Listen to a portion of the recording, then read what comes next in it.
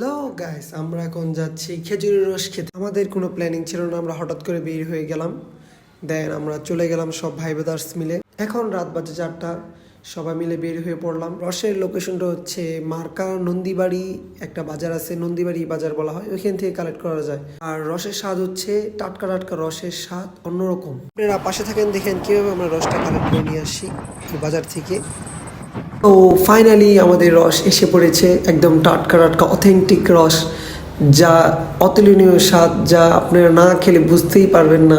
আমি তো ঘুমে একদম শেষ, বাট রসটা খাওয়ার পর একদম রিফ্রেশ হয়ে গেলাম। আমরা সবাই রাত জাগা, আমরা কেউ ঘুমাই নাই, সবাই রাত জেগে একদম শেষ অবস্থা রস খাওয়ার জন্য। বাহ, আমি তো পুরো 4 গ্লাস রস খেয়েছি একদম পেট ভরে, আনলিমিটেড রস।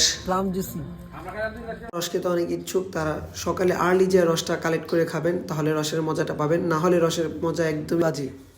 বন্ধুরা, আমি একটা তোমাদের সাথে পার্সোনাল জিনিস শেয়ার করতেছি। সবাই আর্লি ঘুম থেকে উঠবে, দেখবে একদম ব্রেন একদম শীতল থাকবে।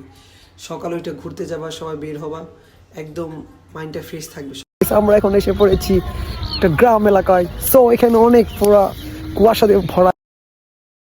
যারা যারা আমার ভিডিওগুলো দেখো, আসলে তোমরা রিয়েলি আমাকে অনেক লাভ করো। আসলে তোমাদের ভালোবাসা না থাকলে আমি কিছুই না। And thank you so much guys watching my video. Thank you so much.